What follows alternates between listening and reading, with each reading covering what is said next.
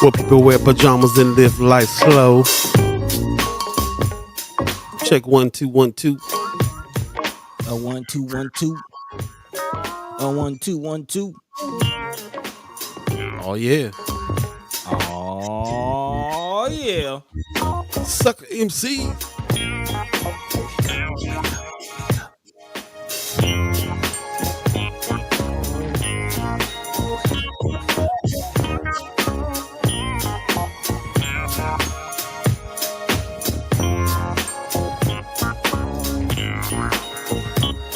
Time to get up and move your body. Hey, move your body, move your body. It's going Move down. your body, but don't hurt nobody.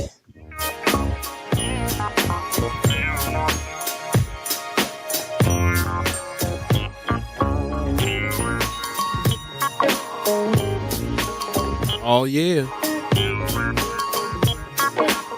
Women's Wednesday. Hey, you know what day it is?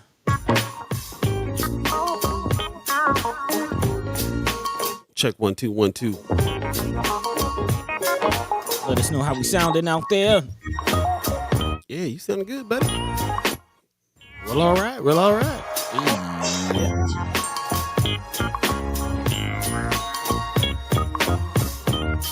Chat already popping. Check them out. What's up, radio listeners? You're popping as well. Check 1 2 1 2.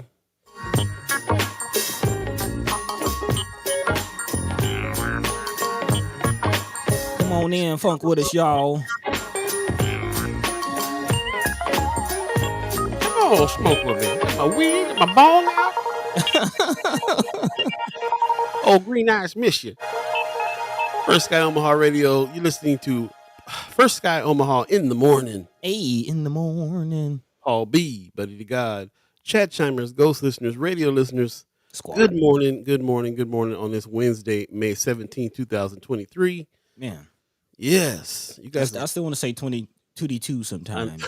I know we didn't get enough of 2D2. That's yeah, man. Came in and went.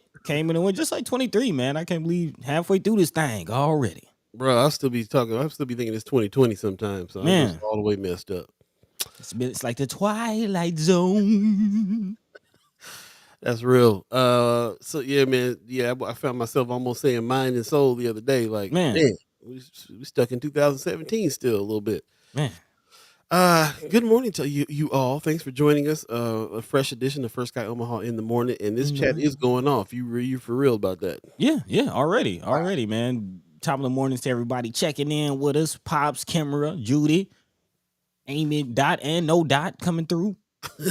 Dot and No Dot. Yeah. Actually got my Heart Ministry shirts on. You gotta believe. Gotta believe. Yeah, represent. Gotta believe. Leg Keister gives us a whoopee woo woo Women's Wednesday. Well, whoopee woo woo to you two. Whoop whoop do. What's going on, y'all? Kimara Snipes already in the house. She's gonna be joining us a little later on. Also, Precious McKesson, politicking with Pete and seeing what's good in the hood. Hey. Pops says, yes, you guys sound great. Right on, Pops. Appreciate the feedback. Man, you guys is in the house today. Mayor Sanchez says, oh yes, ladies' night, and it feels right. Mm-hmm. I was thinking you was gonna come in with ooh, ladies first. Oh, okay. Hip hop. Hey man, let me tell you something about Queen Latifah. Man. Legend. Queen Ladies First and UNITY are two of the best hip hop songs ever, and y'all can fight me on that. Man, that's top 10. While we speaking of that, man, you just reminded me, man. Shout out to the Queen. The Queen, Mary J. Blige. Just had the Strength of a Woman festival down here in Atlanta, a 3-day festival. Took the city over, man. Had Trap Hatch downtown shut down. Man, Miss Lauryn Hill stepped out looking gorgeous as always. Yeah, man. It was a beautiful time, man. It was a beautiful time. Of course, Mother's Day weekend, so it was all a ode to the mothers out there, man. Strength of a Woman festival. The legend Mary J still got it, man. So shout out to Mary J, Lauryn Hill, everybody that was out. Mary J's the only one can get Lauryn Hill out like that. Man, and you can definitely see the love between the sisters, man. You can see the love. There was a shout out to my guy New Face. He was backstage getting some footage and things, and he captured a moment of them two kind of embracing each other yeah, it's a beautiful thing, man. Definitely love to see the legend still going. That's what's up. Julie Prinzler in the house says, "Morning fam, sad in Nebraska. We've definitely got some sad news in the legislature. We're definitely gonna mention it today, but we're definitely gonna talk about it a little in depth when the senators come on Friday. So yeah, we'll definitely be talking about that. Lots of changes going on. Von Chapman gives us a good morning with some sunshine. He said, "I'm going to drop this in here and let it sizzle in your spirit this morning, and hopefully the rest of your lives. We need leaders not in love with money, but in love with justice. Not in love with publicity, but in love with humanity. Leaders who can subject their particular egos to the pressing urgencies of the great cause of freedom. A time like this demands great leaders. That's what's up. Thank you, MLK. Heard that. It's interesting how that's still the case right now. So those words ring out forever. Appreciate you throwing that in there. Very much. Yeah. So anyway, yeah, we got lots of this is kind of almost a news Wednesday. There's lots of news, lots of stuff in the news for sure. Things to talk about. I'm glad to see you guys talking to each other in the chat too. That's what's up, man. Yeah, man, the chat's been booming this morning already. So I'm not sure, what's going on this here hump day, but keep the energy, man. I love it. Keep the conversation going, as we always say here. Conversation rules the nation, man. So yeah. And I love how the first 15 minutes of the show is always the fam coming in talking. Most listeners and stuff come in a little bit later, and then conversation is coming a little bit later. But it's always like the chosen few that come through in the morning and say hi, say what's up, how's your day, how you feeling, in Nebraska today? Bad, I understand. There's a lot that went on. So we set the groundwork. But at least we're not in Kansas, man. Yeah, this ain't Kansas. We'll definitely talk about what's going down in Kansas if you haven't heard the GOP wilding out there. So wilding, bro. Yeah. We'll definitely jump into that. I guess with that said, man, we got a couple more minutes until the start of the show. What is anything else jumping out to you that watched the last episode of the Tupac documentary. Okay. Dear Mama. Man. Good stuff. Yeah, it was the final episode. It was the episode we talk about his passing and all that. So it was sad. But man, what a docuseries. What a docuseries. Best probably best, one of the best I ever seen in my life. Actually, I'm gonna tie it in because what brother Von Chapman was just saying, reminds me of that kind of that last episode. I do remember them talking about just the yoke, the cloth that Tupac was cut from, and the fact that again, what brother Von Chapman is saying, like we need leaders, and essentially that's who Tupac was, and that's where he came from. Like again, a very very passionate revolutionary leader. Like he would have been the next Malcolm X. He would have been the next Eldridge Cleaver. Like anybody you can think of in that, Tupac would have been that and surpassed it had he not been an artist at heart. And again, there's a comment or a part in it where it's talking about when he passed. And they were saying like there's whispers or there's stories that Tupac actually jumped on top of Suge Knight to protect him, which is why Tupac, because they were both in the car, but that's why Tupac passed and Suge survived, because Tupac jumped on him and protected him. And even going back to the shooting, incident with the police in Atlanta, not urging that, but just saying just that mentality, and then think about like how far, how much does it take to be a leader, and how far do you got to go? Yeah, I highly encourage you watching it. I was always kind of a Tupac fan. I wasn't the biggest Tupac fan. I was of that age where I was old enough to be like, I wish he quit doing all this ignorant stuff. The ignorant stuff was really messing with me. But this kind of puts things in a different light that got me really seeing what's up. First of all, just the fact that he was born from the Black Panthers. Basically, he's like his mom was a Panther, his dad was an activist. What I'm saying, like. They were. This is kind of the progression of what happens when you're in the hip hop generation coming from, the revolutionaries that way. So there's just a lot, man. There's a lot that he related to our generation in a big way, and with a lot of that stuff that I didn't like. I didn't like a lot of it, but I understand why it was there, why it existed. and this really shined a different light on it. You just definitely need to check it out for sure. Yeah, man. Definitely good story. But just the point is a reminder that, the fight continues, man.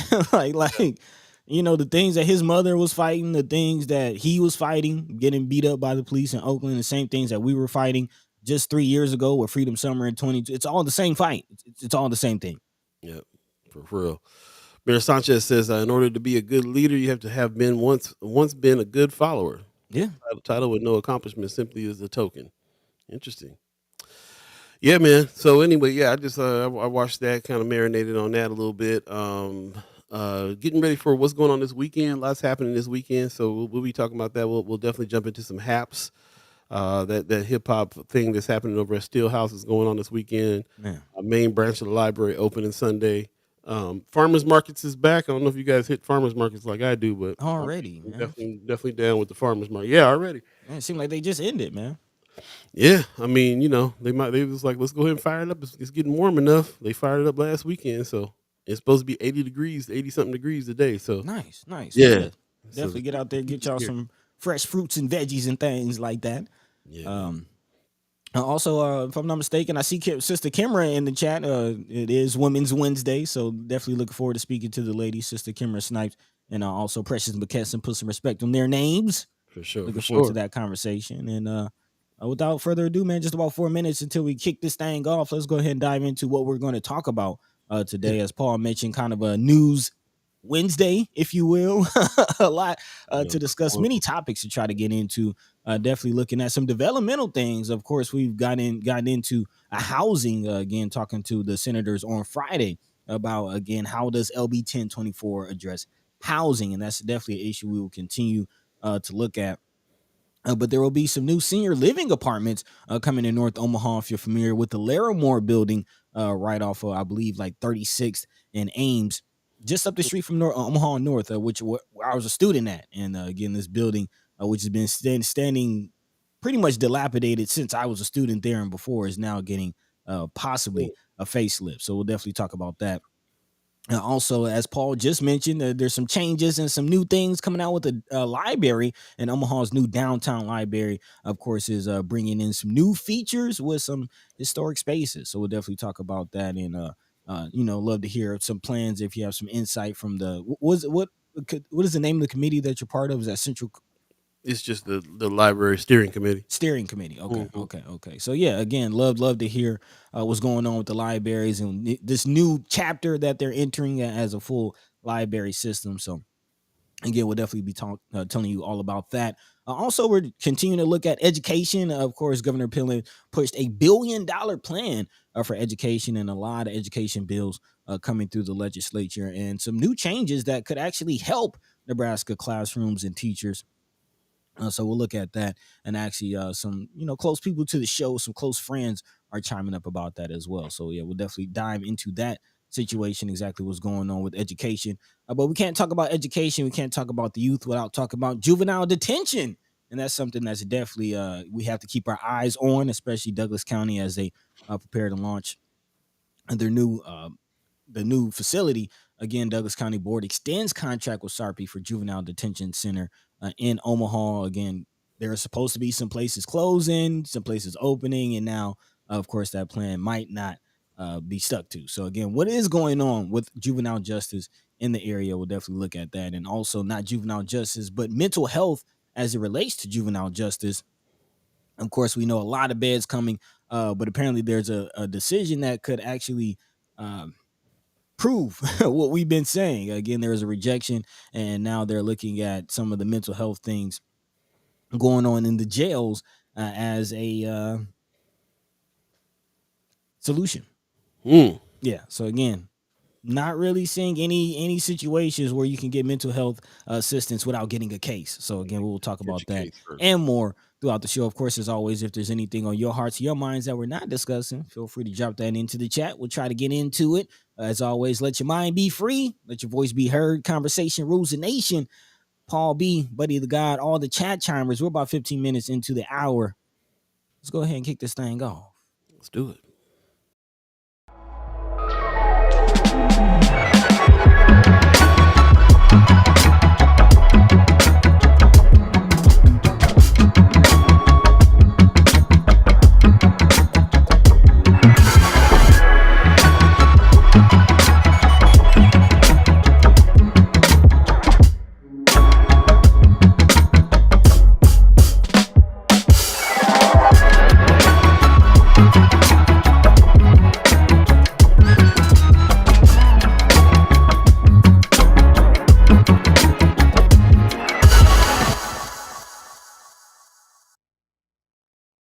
What up, what up, what up, what up? Good morning, good morning, good morning. You're listening to First Sky Omaha Radio, First Sky Omaha in the morning. In the morning. Paul B, Buddi3 Da Gawd, chat chimers, ghost listeners, radio listeners, especially the chat chimers, man. We have a lot of conversations going on here during Man. the show.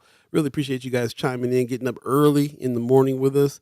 It is Wednesday, May the 17th already, so well into May.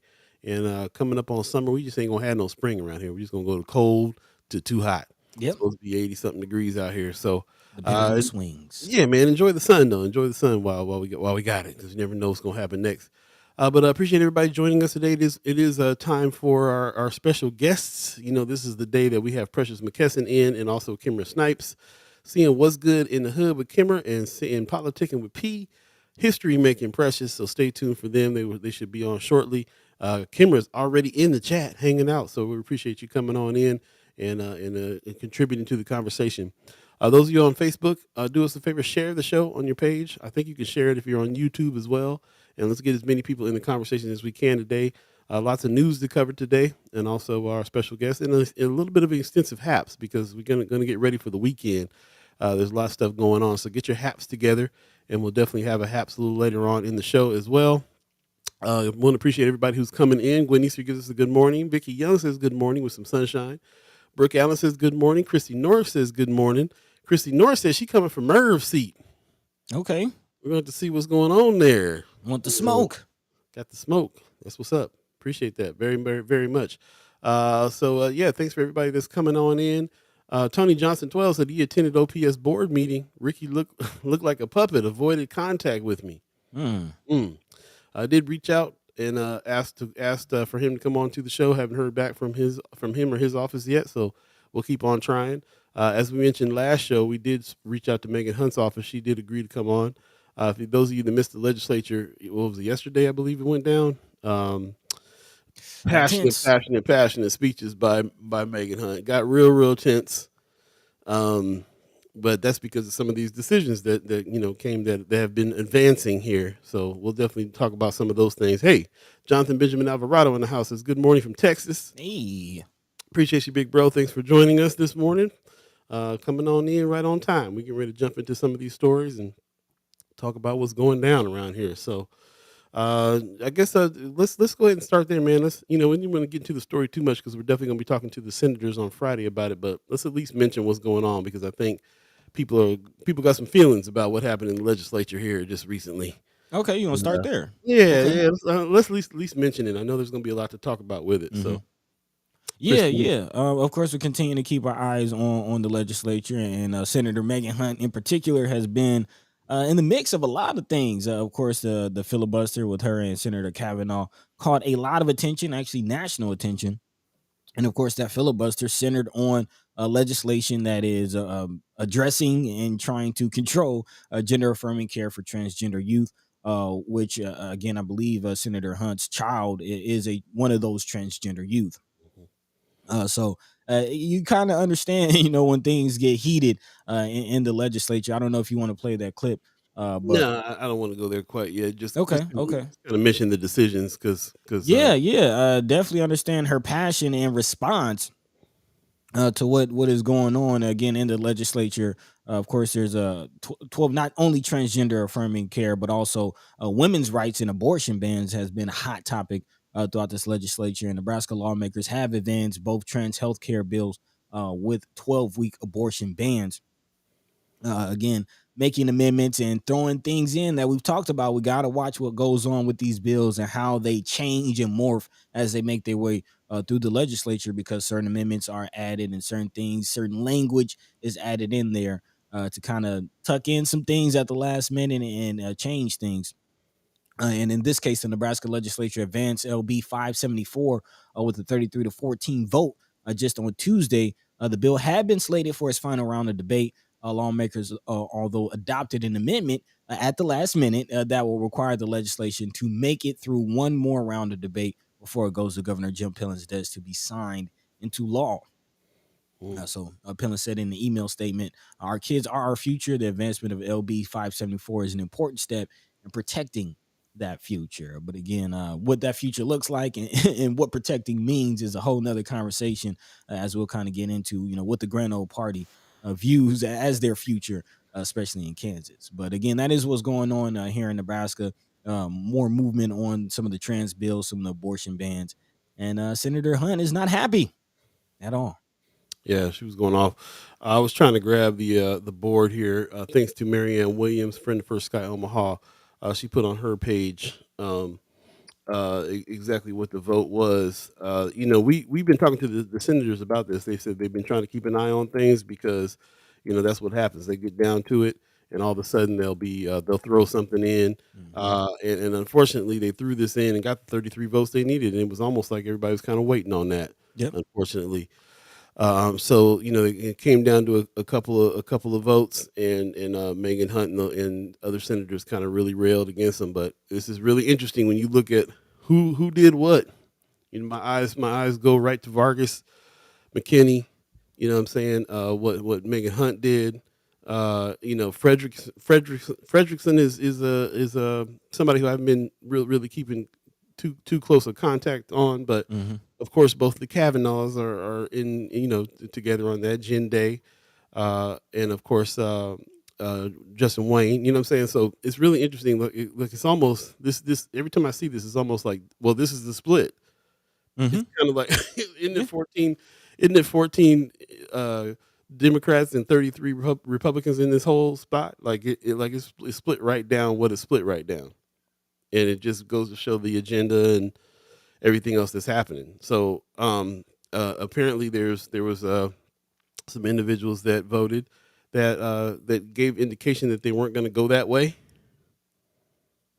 You know what I'm saying? Promises made and promises made, and then went back on that stuff. So it's tough, man. It's a tough thing to see. What how do you stop people from slipping things in like that? And then of course we got to talk about using the tactic of trying to get your agenda in, and that is part of the play. What if however shady it seems, it is part of the play. And as far as last minute amendments. I mean, the brother senators are going to be using that too. Have been, you know what I'm saying? So, that's what's up. In the chat real quick, Christy North says it's time for change. I'm sick of all the old white men and some of the younger ones. She says, I put out to the universe that I wanted a way to pay my house payment and raise political hell. It came. I'm moving to a position that allows me to live, pay my bills, and be able to be more active. There you go. Beautiful. That's what we're all striving for right there. Really appreciate that. She says, Wayne voted no.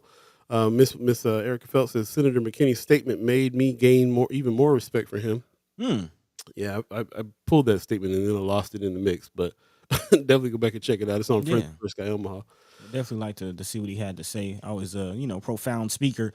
But very, very tense situation when Senator Hunt addressed that vote and that passing of that bill. Even called out some fellow senators, called them trash, among other things. Very, very heated debate. Of course, we'll continue to look at what happens with the legislature. Just really now taking down to the last week of the legislature. Still some things to talk about. So right, only a few more days left, bro. Yeah, man. So definitely looking forward to see what comes out of it. Again, as far as this bill, transgender youth. Health affirming, and I want to get the term right, but health affirming, gender affirming healthcare. There we go. But again, that bill has one more round of votes to go through, so we'll definitely continue to keep our eyes on that situation. What happens? Will it keep its 33 votes? Will people who went back on their promises come back to the promise? We don't know what will happen, but we'll definitely keep our eyes on that situation. Yep. Yeah, I appreciate you bringing that up. Yep. Moving along, keeping it in the legislature though. Looking at what's going on with, again, these education moves. Again, Governor Pillen putting forth $1 billion education budget and plan. And again, some changes have been trickling in. Of course, we talked about the tax situation and how those changes will affect our education funding. But teachers, that's a big issue, especially in OPS. They've had a mass exodus of teachers. We talked about some of the pressures that teachers are feeling both from the outward, community, as well as far as parents and things, as well as some of the oppression that they felt from administrators. So this is very interesting, this latest move from Governor Pillen. Shout out to the Nebraska Examiner for reporting this. But Nebraska is eliminating what Governor Pillen calls a costly and unnecessary obstacle to getting new teachers into classrooms suffering from statewide workforce shortage. Tuesday, the governor announced the repeal of Rule 23, which requires basic skills tests of math, reading, and writing that budding educators must pass to get their license. He called the test an example of something probably created with good intentions years ago that isn't practical today. He says it's proven that tests isn't having an impact on the quality of teachers. Teaching skills are assessed in so many ways with hands-on applications. And the change was met with joy by members of the Nebraska Department of Education and State Board of Education who attended the news conference. A half dozen state lawmakers flanked the governor at the event. Of course, while Nebraska education officials in the past tried to change Rule 23, has become more spotlighted as the state grapples with labor shortage that includes the teaching profession. Again, mass exodus, especially from OPS. It's getting out of hand, and this is just one thing. I hope not the only that they do to try to address this. Of course, we talked about OPS in the past, offering stipends to some teachers. Of course, that was a band-aid on the situation. So hopefully this goes a little further towards addressing that, and hopefully we'll see some actual dollars for these teachers, because no matter if you get more teachers, if you can't pay them, it doesn't really matter. Speaking of that, actually friend of the show, Lynn Friesen, his mother, who's in education, Deborah Friesen, spoke up. She's actually the deputy education commissioner, and she says that a recent state teacher vacancy survey showed 208 positions were vacant and another 768 were filled with people who are not qualified. So close to 1,000 positions that need to be filled or replaced. And among reasons for the shortage, the Nebraska State Education Association says, of course, as I just mentioned, low pay relative to other jobs, our perception that teaching is an undesirable career, student behavior. Of course, we talked about bills that could possibly arm teachers in the future. And of course, unsupportive administrators, political pressure, stresses of the pandemic, just to name a few. So again, very, very hard for these teachers. And hopefully this goes in the right direction. So I got to say that what struck me about this thing first was that what they're doing is taking away basic skills tests for teachers. Mm-hmm. And on the surface, it feels a little bit like, what? They don't got to take basic math and reading skills in order to be a teacher. They're taking away that requirement so that they can allow more teachers to be hired. I mean, it sounds wild to me, mm-hmm. but digging into the article, it's like everybody's saying this is a good thing.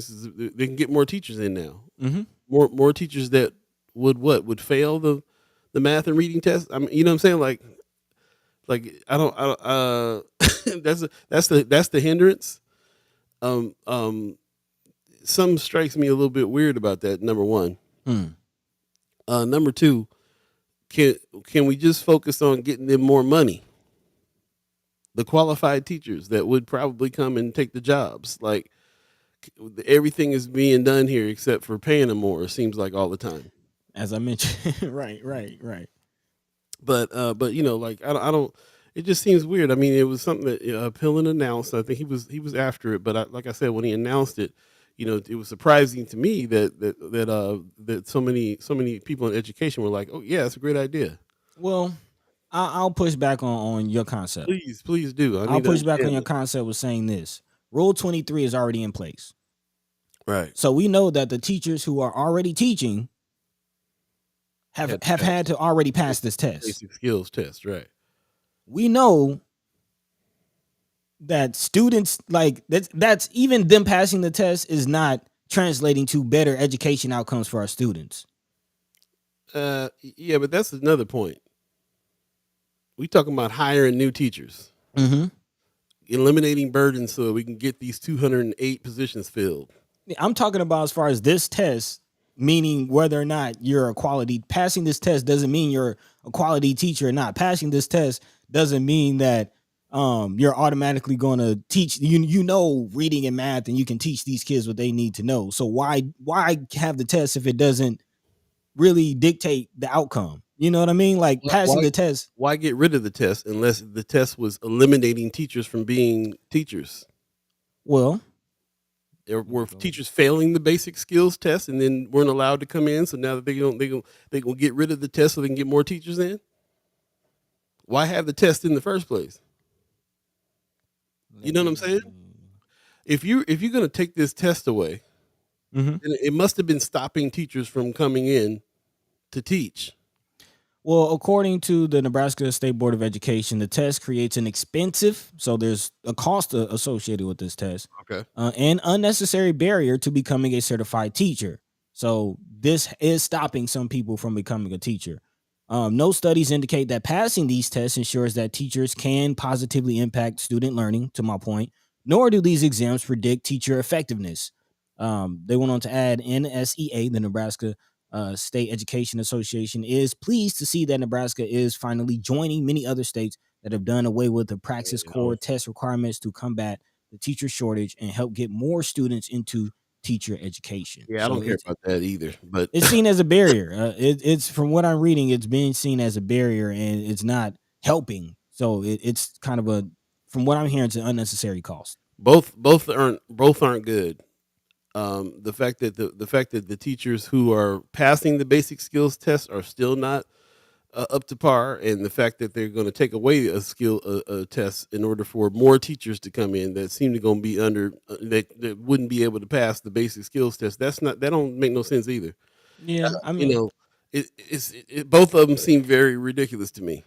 Yeah. I mean, but I understand taking it away. Like why why would you put the energy in it? I mean, I guess taking it away so you can get more teachers in to fill those spots is really the only thing they're worried about. But like that doesn't make any sense to me. That would stop you from, if you were a teacher and you had to take this basic test. Matter of fact, who just said that? Brooke said, I'm studying to take that test right now. Lots of my classmates have already failed this test. Basic math and reading tests. So we have a chat chimer that's in there. I would like to hear more about that. What do you feel like that says about your classmates? Because they're failing, does that mean that they're incompetent? Because they're failing, do you feel like they can't do their job? What do you feel like that means? Yeah, that's a good question. Marianne Williams in the chat said, first of all, let me go up a little further. Wanda Lewis says, are they competent enough to be teaching our children is the question, right? How do you figure out that competency without testing? I don't know. Marianne Williams says, good morning. It's a silly test if you graduated from college, but I don't think it will get teachers to apply like money would. I'm there with Marianne Williams because this isn't a degree. This isn't like you have to go through college first. Don't you have to get a degree in education and then take this test? Like, doesn't the degree in education tell you what you need to know? Yes, but if you're taking a basic skills test and fail, like what Brooke is saying, a bunch of her classmates already have done, then what does that tell you? I don't know. That's my question. It doesn't seem like it tells you anything, whether you pass or fail. It tells me that they're not that there's something lacking in the degree. Even if you can't get somewhere and pass a basic skills test, I don't know. Also, Stuart, Brother Knight said a case of white privilege. Vaughn Chapman says more unqualified teachers doesn't seem to be the answer. Marianne Williams says, I also don't think that test tells us much. So why, you got to pay for this test. Like you have to have paper and there's, even if it's electronic, like it's a cost associated with this. So do you keep paying for it if it's not telling you much? Even if you do feel like there has to be like, and it's mentioned in this article, nobody wants to take away any kind of barometer or any kind of quality control for teachers. But if this isn't really making an impact and it costs money, why keep doing it? Well, I mean, I would say keep doing it because what does it say for the people that are taking this test and failing it? What does it say to those teachers? What does it say about those teachers? But my question to you is, what does it say about the people that's passing it? That they have basic writing and mathematics skills? I mean...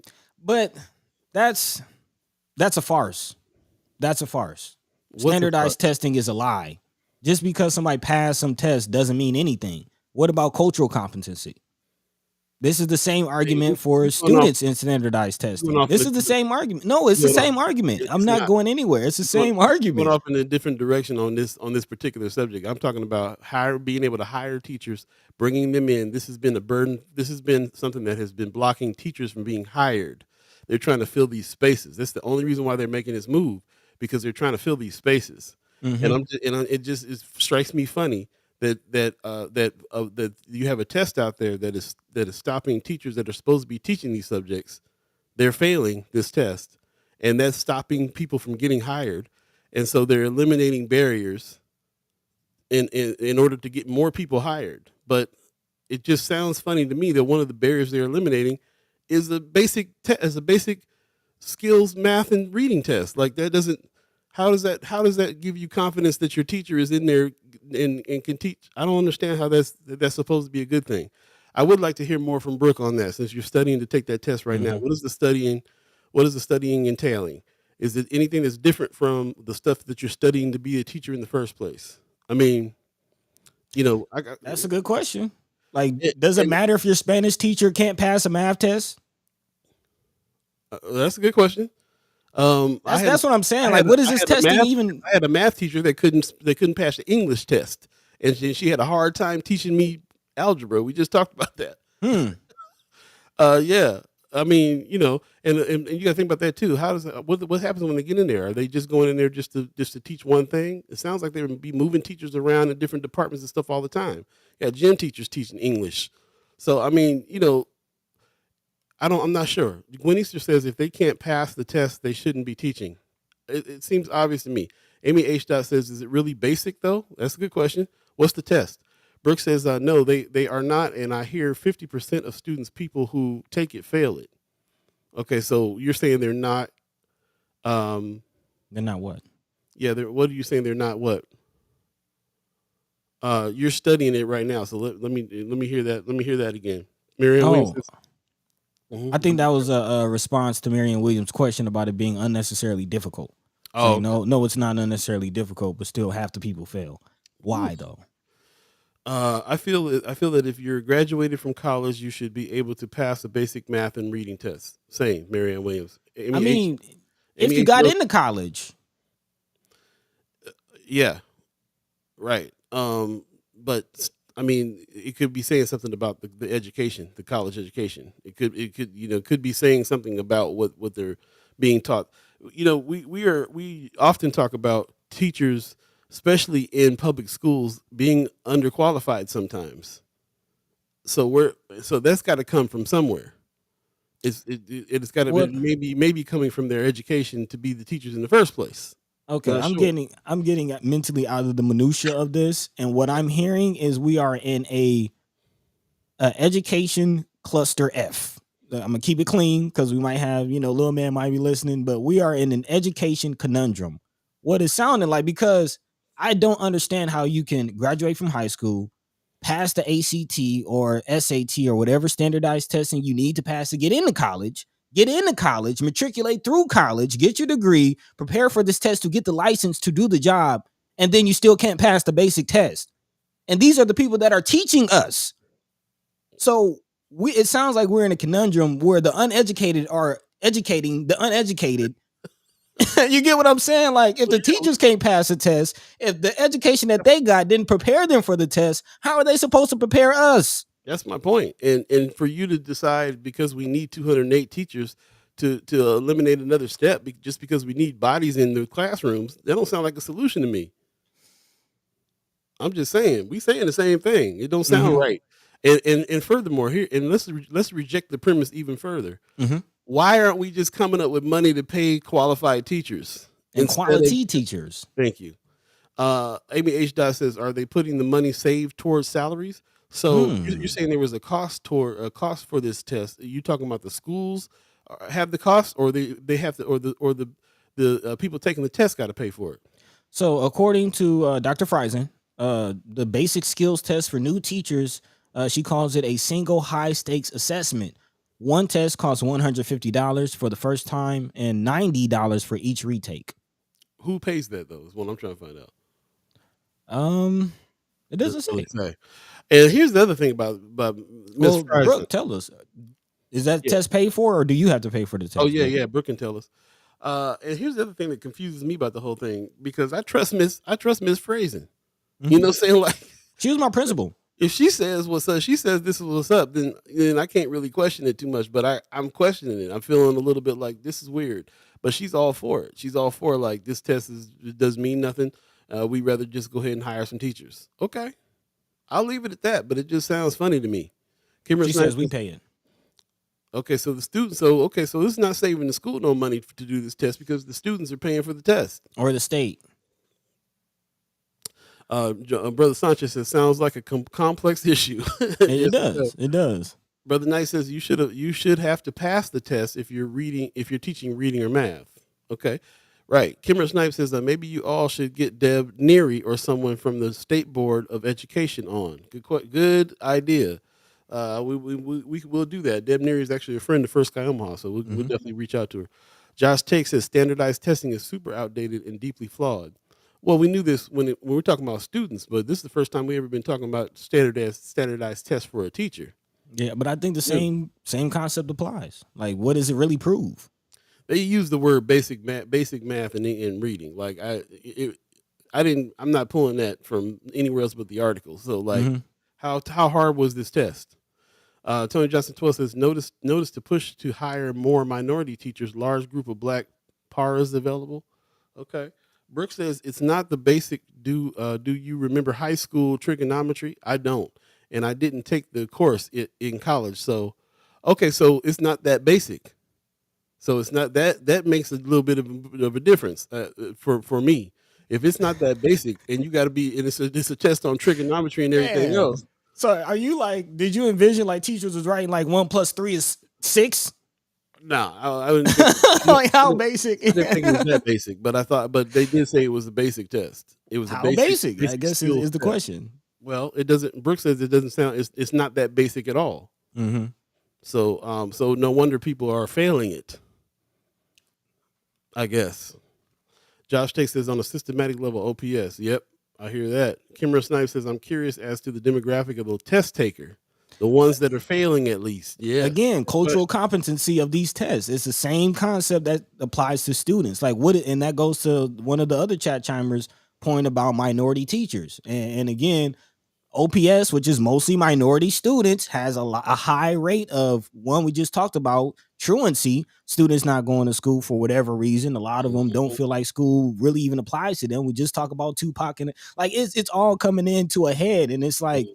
If we don't address culture, we're not going to get anywhere. So true. American culture is broken, and we're not going to get anywhere until we fix our culture. There you go. Marianne Williams says, but to Buddy's point, many colleges are no longer requiring standardized tests because they are not a good measure of overall knowledge and potential. What are we doing? So what are we doing? That is the real question, bro. That is the real question. Wanda Lewis says, would people be okay if the teachers that failed were assigned to North Omaha and the ones that passed were assigned to West Omaha? Good question. Brooks says, can the future PE teacher pass a math test that has trigonometry? Probably not. Trigonometry seems to be one of them things to me that you got to know if you're going to teach it. Marianne Williams says, Brother Sanchez says, he's talking to Wanda Lewis. He says, I might be fine with those teachers from the community taught in the community. Okay. Marianne Williams says, I think it's saying more about the test than the college education. Tony Johnson 12 says, many schools like OPS just giving passing grades to boost graduation rates, knowledge level of students still love. Miss Erica Fell says, I can teach third grade with an ECE degree that requires nothing more than math 101 to obtain the bachelor's. Okay, so now we digging into it now. Gwen Easter says, they're talking to each other. Tony Johnson says, look at the OPS graduates reading and math levels way below needed. Josh Tate says, on a systematic level, OPS is a glorified all-day childcare program. They need as many good teachers of varying competencies to this aim. If we truly valued education, teachers would get paid more. Yeah, most def. Von Chapman says, so tell me why OPS shouldn't be taken over by the feds. Given the continued issues at OPS, the children shouldn't continue to be subjected to this mess. I would like to hear Ricky Smith's answer to this question. It's not just OPS; it's a state issue. State issue. Brooke says we pay for it. Okay, you guys are going. You guys are giving me a lot of information here. That's what's up. She says everyone in my class that has taken the test failed at least one of them. So, yeah. So sounds like it's an unnecessary test, which makes more sense to me. Why Miss Frazen in particular was for it, which is one of the names that Pillen is one made the announcment that already made me go, well, I'm skeptical if he's taking it away. And then when Miss Frazen chimed up, then I was like, oh, okay. Well, then then I need to understand. That's why I'm asking these questions. I need to know. Maybe H. Dot says, I think bodies in the classroom is an emergency need. I'd rather have teachers and kids with more support than an art teacher remembering how to take a calculus test. That's what I mean by the cultural thing, because even if you do know trigonometry, like there's a lot of things that these students and we didn't learn to survive. Like that stuff is still not being addressed, and we're still figuring it out. I know all of us are struggling in some way, shape, or form. Right. So when are we going to, like, this is kind of pissing me off. Like all of this, like, what are we doing? This makes no sense at all. Yeah, it really doesn't. That's how I'm feeling about it. It makes no sense. And even like just this particular move of taking this test away. All right, we've reasoned down to that. I guess it makes sense to go ahead and take it away and get some bodies in the room. But man, can we just go find some more money for them? Right. Can't we change the curriculum up and bring the culture in and do everything we need to do in order to make them better teachers? What is it a money making scheme since it's $150 and then $90 every time you take it and everybody fails at least once? That's a good question. Like who manages this test? We'll throw some trigonometry in there and then they'll fail. Actually, you kind of opened up my mind with that one. Let's follow the money. Who manages this test? Who made this Rule 23 a law in the first place? Who lobbied for this? Who voted for this? Who are they connected to? Brother Sanchez says, one of these days there will be only lessons on a computer and teachers will be there only to take attendance. It's kind of what's going on now a little bit from what I understand. I know Brooke is trying to be an art teacher. So just to have the teacher credentials, going to have to take this test. Now it's not a basic test. It is not a basic test. Miss Erica Fell says it's a multi-state issue. In Kansas, they're hiring people that have no degrees. Bro, speaking of Kansas, Kansas is tripping. Is that my cue? Let's go ahead, man, because I have a feeling the ladies gonna be in here soon. Y'all got to hear what Kansas is doing. Kansas is tripping. Kansas is definitely tripping. It's coming out of Kansas City, the Kansas City Star. And apparently Kansas Republicans are not holding back, man. They are moving closer to kicking groups representing women, Black, Hispanic, and young Republicans. Basically anybody who's not a European descendant old man gotta go. That's what the Kansas Republicans are moving closer to. Of course, a move that will consolidate the power of its new hard right chairman. It's a power move. It's obviously what it is. The Kansas Republicans Party Rules Committee advanced a proposal this week that would change the party bylaws to remove constituency groups aimed at broadening the reach of the party. It would also oust state and federal GOP elected officials from the board, which oversees party operations and budgetary decisions. The full state party, is expected to vote on the proposal this summer, as well as a separate proposal to change the party constitution to remove those individual seats on the state committee.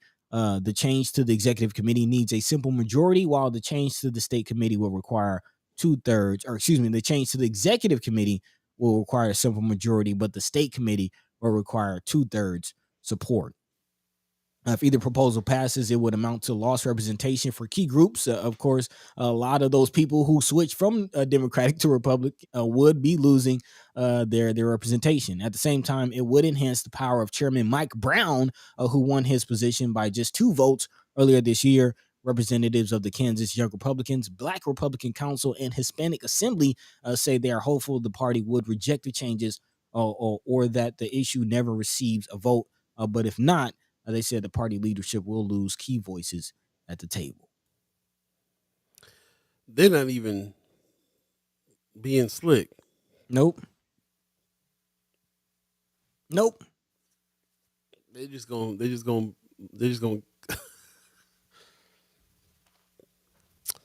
That's crazy. Kansas is tripping. That's about all you have to say about it. I mean, what can you say? They're not even trying to be sly about it. They're just, we're just gonna kick them out. But it's very interesting though, and this does pass. One, I would like to see what happens with this, but it's very interesting. Just where do the people go? Where do the people go? Obviously, we've been talking about a mass exodus from the Democratic Party because they feel like they're not being represented, especially people of quote unquote color. It's clear that the Democratic Party only addresses us and hears our voice and considers our voice. Of course, we have people like Precious, and there's individuals within the Democratic Party that might care. But as a party, the Democratic Party, people obviously see that the kente cloth and the hot dog or the hot sauce in Hillary Clinton's bag is all posturing and it's all just a ploy to get our vote. You don't really care about us. So that's obvious from the Democratic Party. So a lot of people are going to the Republican Party. Then you see stuff like this, which is clear we're not wanted there either. Where do we go? What are we doing? Well, this is the reason why the Black Panther Party came into existence in the first place. Vaughn Chapman said it. The Kansas plantation is now closed. Marianne Williams says the good news about Kansas and other states tripping is that two deep red cities have elected a Dem and leftist Indy for mayor. Backlash. I mean, of course. Eliminated more than good news, I guess. Yeah, I mean, I don't know why that's not bringing me a whole lot of. It's not bringing me a whole lot of. So hope. Yeah, but yeah, I mean, yeah. Let's not forget about Tennessee and what they're doing to the Justins. Bro, I mean, that's what I'm saying. I'm thinking Tennessee is really tripping until I read all this stuff about what's going on in Kansas. Let's not forget Florida. And let's not forget Texas. And, I'm going to just throw in Alabama, Mississippi, Arkansas, Kentucky, because we know what kind of states those are. They're quiet about it, but we know what kind of states those are. Oh, bro, we in Nebraska and we're next door and we're next to Kansas and Missouri. Yeah. So is the South still alive? I mean, there's something different going on here. It's not just the South. There's something different going on all over. Most governors are Republican in most states, and that's not by accident that they seized that power. And there's a lot going on with all of that, and it's not going that coupled with the stuff that we know about the economic future of what's going on here. They're about to so I just heard an article this morning. I just heard a news piece this morning about the IRS is getting ready to put in play you being able to go to the IRS website and pay taxes directly to the IRS, bypassing all the places that you go get your taxes done at. So would the IRS then send the money to the state? Got me. They didn't say anything about the back end, just that us as consumers can bypass our tax preparer and go right to the IRS and pay our taxes there. It'll be a new online system. It's reminding me about all this stuff that we know is coming up with Fed Now and everything else that's happening. They're getting more control. They're taking more control of the money, where the money's going, how the money flows. and they're systematically getting rid of especially black leaders in leadership positions. I mean, we've been seeing it. We've been seeing it in Omaha. Yeah. Josh Tate says, "I hope this will blow up in their faces. This haterism is ridiculous. I don't think it's gonna pass. What's going on in Kansas either. Hopefully not. But we'll see." Marianne Williams says, "The North is just as bad. Idaho, Utah." What I'm saying. Pops in the chat says, "The two-party system mentally seems to have been around since Cain killed Abel, and like that extreme, one party has always been trying to end the other in one way or another." I don't know, man. I don't feel like that to me. I don't feel like Republicans and Democrats are. It seems like they work together more than they're trying to eliminate each other. I don't think the people that the Republicans are trying to eliminate include Democrats. They include liberals. They include people of color. They include a whole bunch of others, according to them. But there's a whole lot of stuff that works in tandem, as far as I'm concerned. Remember, I come from the generation where Bill Clinton put a whole bunch of people in 3-strike jail over law and order. Biden was right there. His pen was on that document too. Stuart Brother Nice says, "The culture of America is white supremacy, by the way." Yep. And that's my point. That culture is not being addressed. Ms. Erica Fell says, "You've always been able to pay directly. They're just adding it to the website." And they're encouraging you to. They're changing the whole system up on the website so that you can go directly to them, and there was a whole bunch of other stuff to it. But yeah, you could always do that. But the way that they're setting it up now, they're trying to eliminate this whole tax preparer industry. It's a $164 billion industry, and so they're fighting back. Rose Review says that the IRS isn't going to help you find deductions. That part. Von Chapman says, "Will that force us to become more economically independent instead of relying on city and state governance?" I think I don't know. It doesn't seem like how independent you are is going to stop them from having their hands on your money. I almost feel like the more independent you try to be, the more heavy-handed they will be. Interesting stuff, y'all. It is 7:57 right now. If you believe in the concept of time, I'm gonna go find out what's going on with the ladies. We'll take a quick break, and I'll reach out to them and see what's going on.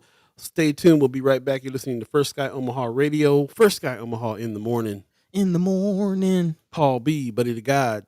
All of you chat chimers, ghost listeners, radio listeners, stay tuned. We'll be right back, y'all.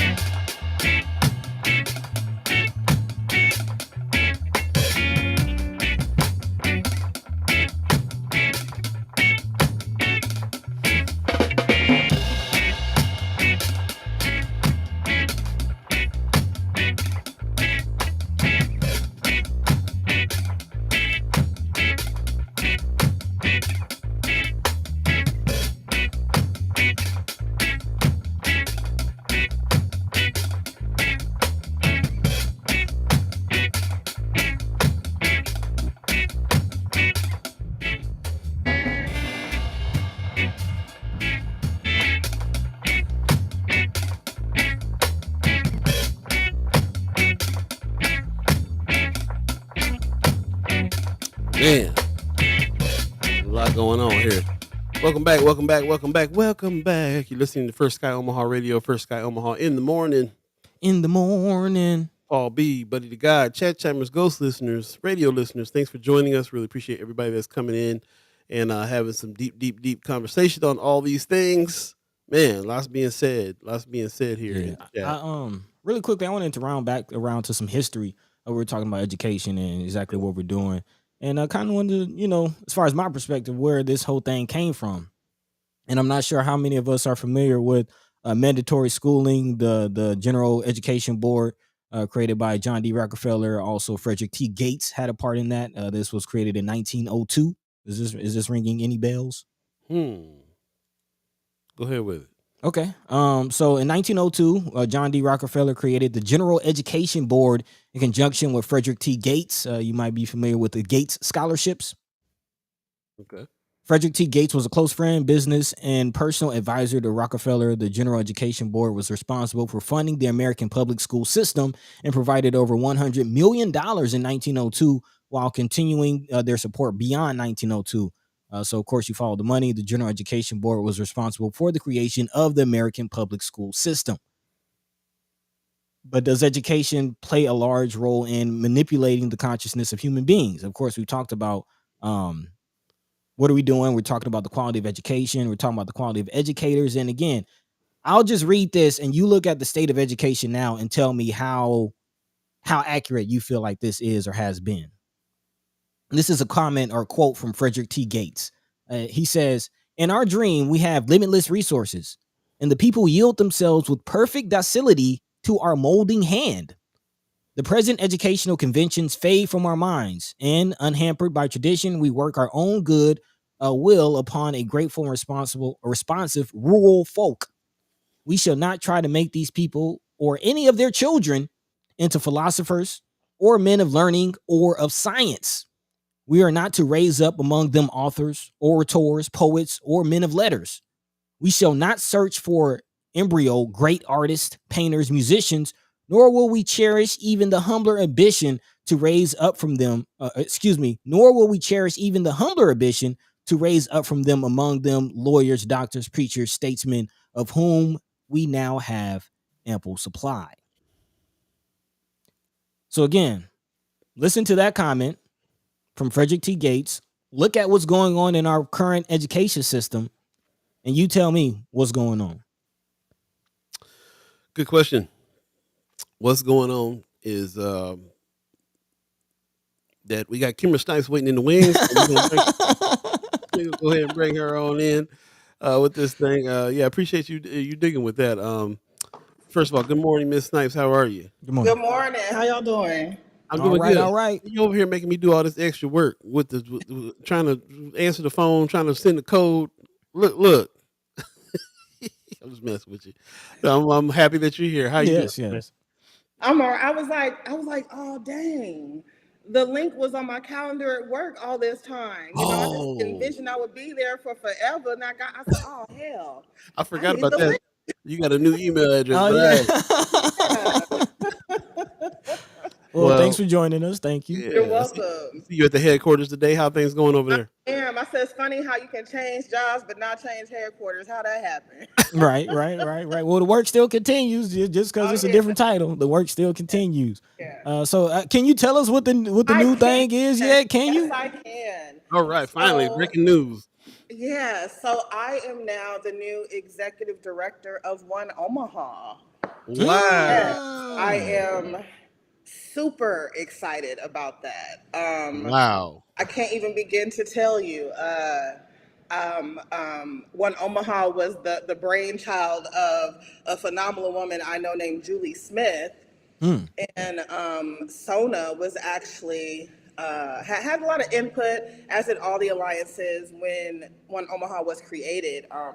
UNO used to have what was called the Neighborhood Center.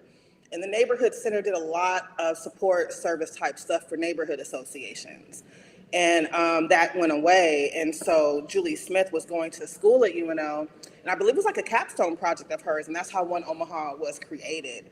And I've taken their leadership classes in the past and just been very involved with them.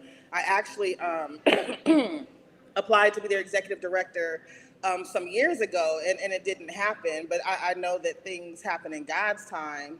And yeah, so I hadn't even intended to even apply for this position, to be very honest with you. But someone had called me and approached me, and I was like, why not? You know? And neighborhoods, if there's anything that could make me leave the table, it would have to be neighborhoods.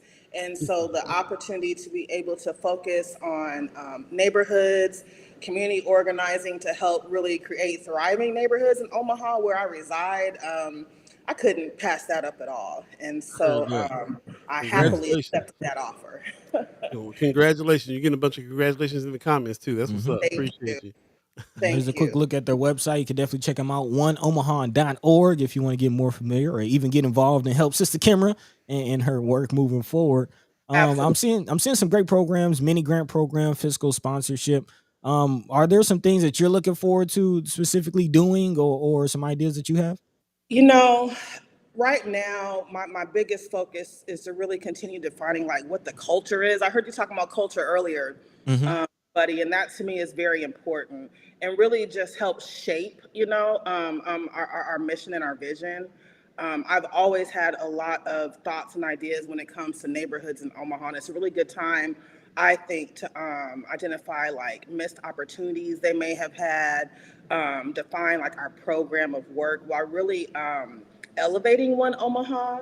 I was very transparent with the board. I've been on the advisory committee for One Omaha for quite some time, and I just felt like I would have liked to have seen more of One Omaha. What the ultimate goal is residents, especially in Omaha, East Omaha, everywhere, to be more connected, engaged, and really aware of the power like that they already have. And to me, this is an opportunity to be able to support that. So that's what's up. Nice. Man, well, however we can help, let us know. Well, however we can help. I definitely do in that. The first thing I want to do is, it's interesting, I have this book that I've been reading that my coach sent me called Vision Driven Leader. And it teaches you how to create like what's called a vision script. And so I said in the next couple of weeks, I'm going to take a few days just to sit amongst myself and just really answer some questions and think about what my vision is, and then work with the team and then work with people in the community and gather their input and their thoughts too, because it's never just a Kimara thing. So yeah, that's what's up. This is great news in the sea of news that we keep getting of Black leaders leaving leadership positions in Omaha. For you to be the ED over here is real strong. So I talked to Precious last week. I said, she called me. She said, "Hey, I got this thing since you weren't at the table no more." I said, "Girl, look at us, these neighborhood leaders and EDs out here." I said, "God is good." So yeah, that's what's up. It's a beautiful thing. It's a beautiful thing. And well, I love it. Black Wall Street. So I was gonna ask, how was that? It was really, really good. I'm an energy person, and to be around just all these people, melanated people, in this space, in a place that I found out about Black Wall Street in like 2001, and it reminds, I had a conversation with some people there this weekend because I met a brother who didn't know that Malcolm X was from Omaha, Nebraska. And I said, it kind of reminds me of that, because I remember when I found out about Black Wall Street, my grandmother's sister lived in Tulsa. I'd be down there all the time. I had never heard of it. And it was the same sort of thing with Malcolm X. And it just kind of reminder of just history that exists that we don't know, and a reminder that we kind of have to take control of teaching our own history to our children, I think. Culture. Yeah, culture, very much so. And so it was good. I met a gentleman named Clifton Talbert. Older brother has African Bean Company and the Fremont Corporation, but he did they had several different breakout sessions. One had members of like their Chamber of Commerce. They did something on like financial wealth. This brother did something on just like the history of Black Wall Street, and he was phenomenal. I got his card. I said, Omaha needs to bring you up there and let you speak, because he talked about things that I just did not know, and it was a really good weekend. It was a really good weekend. That's what's up. Man, that's a beautiful thing. Yeah, I'd definitely love to hear from some of that. You're getting some love in the chat. That woman says, "I love seeing your videos with so many people who likely didn't know each other, but being family." So that's what community and neighborhood is all about. That's exactly what it's like too, Erica. You don't know each other, but you got your colors on. It's like you do know each other, your family, without even knowing somebody's name. So it's a good time. That's how it's supposed to be, man. That's community. You know, we all got something in common, and if we Yeah. just start there, we'll get a lot more done. Speaking of stuff in common, we also had that meeting Friday morning with the I was going to governor. ask you, how'd that go? Yeah, How'd that go? it was. But I was going through my notes before I came on, and I was like, "Why did I write wow like that in big letters?" Hold on. Before we get into it, let's kind of set the people up because we mentioned it on Monday. There was a news story about it, but again, as you see, Sister Kimara was there. Headline read on the news: closed door meeting with the governor and North Omaha leader. So again, Yeah. the media was not invited, but of course, shout out to Preston Love Jr. for calling some heads in the community and kind of ringing the alarm. So yes. What was the meeting about and what happened? So I also tried to write down the names of people who was there because I knew y'all was gonna ask me who was there. who's So I there? will read that list if y'all want me to. But basically, I'm just gonna go through my notes. So Okay, basically, yeah. Preston called this meeting together. He started off talking about, it's interesting that you said what you said, Buddy, about everyone has things in common, and he brought up that him and Governor Pillen have some things in common. Namely, they both played for like the Huskers and talked about having to find commonalities between different types of people. They basically said that start off with what we want, and by what we want, that is the group of people is to develop a relationship with the state, get North Omaha the respect that it deserves, and they want access to the governor. Those are the three main goals. One of the things Preston led off with was, you have all these boards and commissions, but, we don't see people who look like us on any of them. He started off with that. Pillen got up and went into some of his history. He talked about where he was from and the similarities that exist. And he named poverty and drugs. He talked about education and how the state was giving 30 million more to OPS and equalizing funding across the state. He talked about children, if they can't read in the third grade, that they need to be held back until they can read. He talked about some of the stuff that we need for our youth is mentoring. Kimara, your Um, notes are covering up your microphone. oh, is it? Yep, Oh, can you hear me now? I can hear you now. Okay. Now I need to I was repeat. wondering. I was like, is my Um, headphones going out? Like, I knew oh, it I'm was going on. sorry. Okay.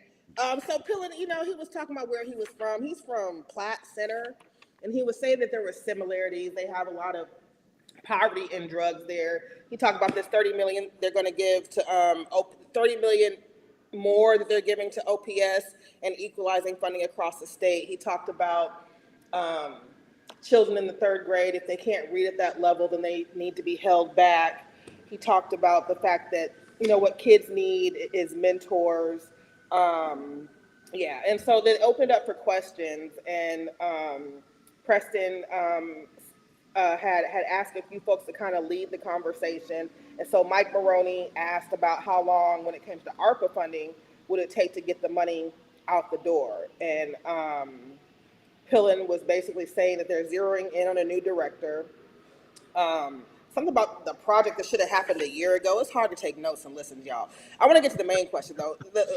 Somebody asked him about what his plan was for economic development in North Omaha, and this is where I wrote my big wow. And I also wrote, how did he not have an answer for ARPA? And so they asked him, and basically he went into they said, what's the governor's plan for economic development in North Omaha? And I'm sitting next to Senator McKinney during this, and he was basically like, we shouldn't allow kids to fall through the cracks. We need apprenticeships.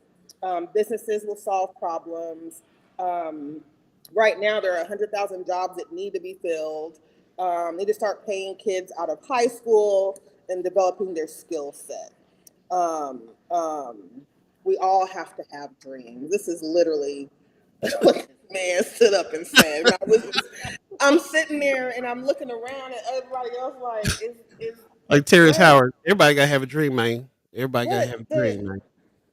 I was, yeah. Come So on, he didn't Pillen. have answers, and I really can tell you that it was a consensus amongst pretty much everyone I talked to that they agreed that he didn't really have answers. And that's not me being mean, it's just a fact, you know? And so for me, I was just like, okay, you knew you were coming to North Omaha. Okay. We know that there's this ARPA funding, you know, that is very important to it. It just would seem to me that you would have some kind of talking points already created to be able to address what you should have assumed were going to be questions that would be asked. But I'm curious, even beyond that. Like you said, you're an energy person. Beyond what he said, like, how did he say it? Was your BS meter binging off? Like, did you believe him? I really felt like my spirit told me that he just like didn't prepare, I felt like he didn't even think about it. Did he care? Was he just there, or was this actual, like, was he actually there to communicate and to meet on a human level? I struggle with that too, because I think back to, well, how many governors have come to North Omaha, right? I'm like, well, he came to North Omaha, so why is he coming? You know, is it just for face? Like, I don't know. I know that we have to seize these opportunities when we have a governor. So I really want to see what next steps are. Pastor Williams, who is over the NAACP, asked him, would he commit to meeting on a quarterly basis? He said he could not do that. Of course. He said that he would maybe have, and they clarify that they don't mean necessarily just him, maybe a department head that you could have be in contact. And so that he was like, well, that's something he could probably do. He said it's hard for him. What did he say? He can't say 4 times a year. It's difficult to maintain his energy, and he loses his passion if he's like doing too much. His family life has been non-existent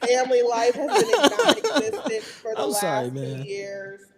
His family life has been non-existent for the last 2 years. There's only so many hours in a day, maybe 2 times a year with an intermittent. And so that's when the conversation came up about sending a department head. And so I guess we need to have some compassion for his personal situation. Yeah. And so there were other people who asked questions. Lavanya Goodwin asked about LB 77. Would there be education about it? I found it interesting that he's like, I'm going to use a Thomas Edison quote that I heard from Dr. Logan. I'm like, okay, yeah, pull the black woman into it. Okay. Yeah. But token black comment, Thomas Edison, the dude who stole the black man's ideas. The quote was, people spend 95% of time studying the problem, but only 5% solving it. That was his quote response into to Lavanya's question about LB 77. It's true. Yeah. Well, I have to agree with that. Study. So I remember talking to Brother Justin Wayne, telling us about their closed door conversation that they had, and they were saying that he was really this kind of individual who just did not know, and it was very apparent to them that more than him having an agenda, he didn't know stuff, and they found themselves like educating him on stuff all the time. And that's what I'm kind of thinking, that when he came to this meeting, it was the same kind of thing. He just didn't know what the black community needs, and so. And when you say that, Paul, because I think so, and I do remember a time when Justin was there, and he kind of jumped in and kind of explained some things, and in that moment, I felt like he's trying to save him, because he recognizes that this is. Yeah, it was. Because you remember he came on the show and he talked about that conversation. Said it was a very hopeful conversation. He actually walked away very pleasantly surprised and thought that the door was open to be able to talk. This guy was actually asking questions, and he just legitimately didn't know. So the fact that he's back again having a meeting, I got some issues with who was there. Oh yeah, so who was there? I mean, you already said some names that made me go, well, how come they was in the room again? Like where was who are these leaders again? Ricky Smith wasn't there. Julian Young was there. Pastor Perkins was there. Brianna was there. Richard Webb, John Ewing, Eric Ewing, Willie Barney, Donna Polk, Mike Maroney, Councilwoman Johnson, the senators, Pastor P or Pastor Cabot. Pastor P was my pastor. We called her Pastor P. Yeah, we call her Pastor P.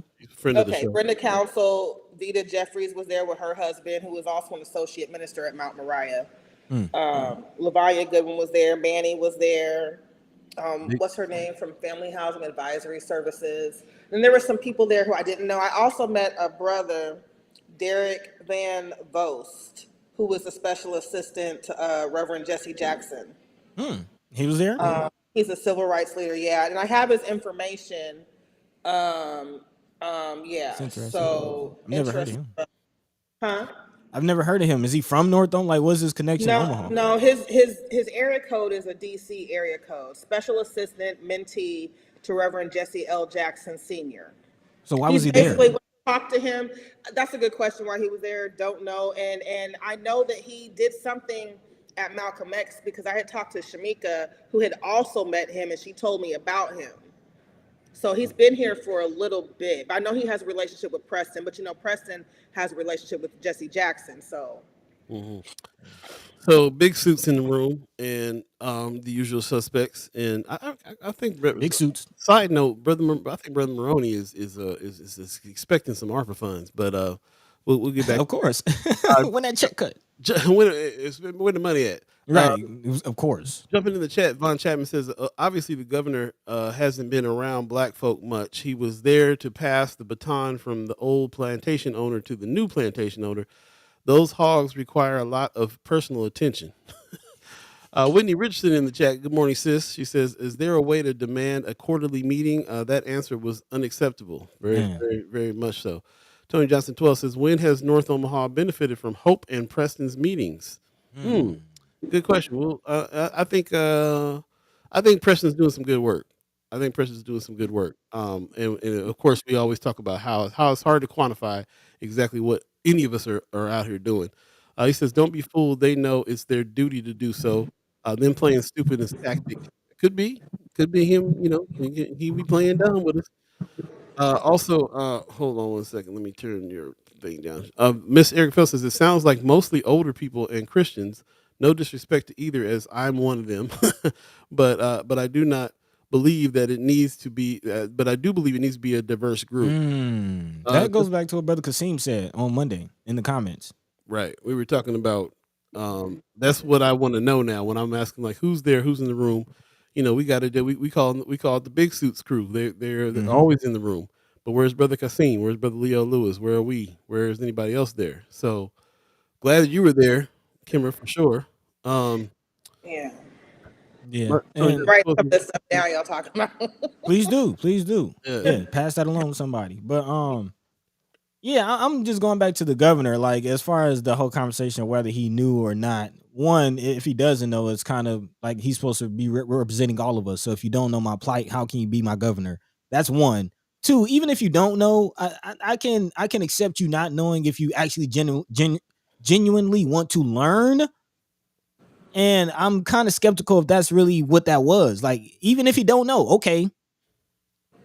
Even if you don't have answers, are you willing to learn? Are you genuinely there to meet at a human level? And I don't get the sense that that's what that was. It's kind of seeming like that was just a showing of face.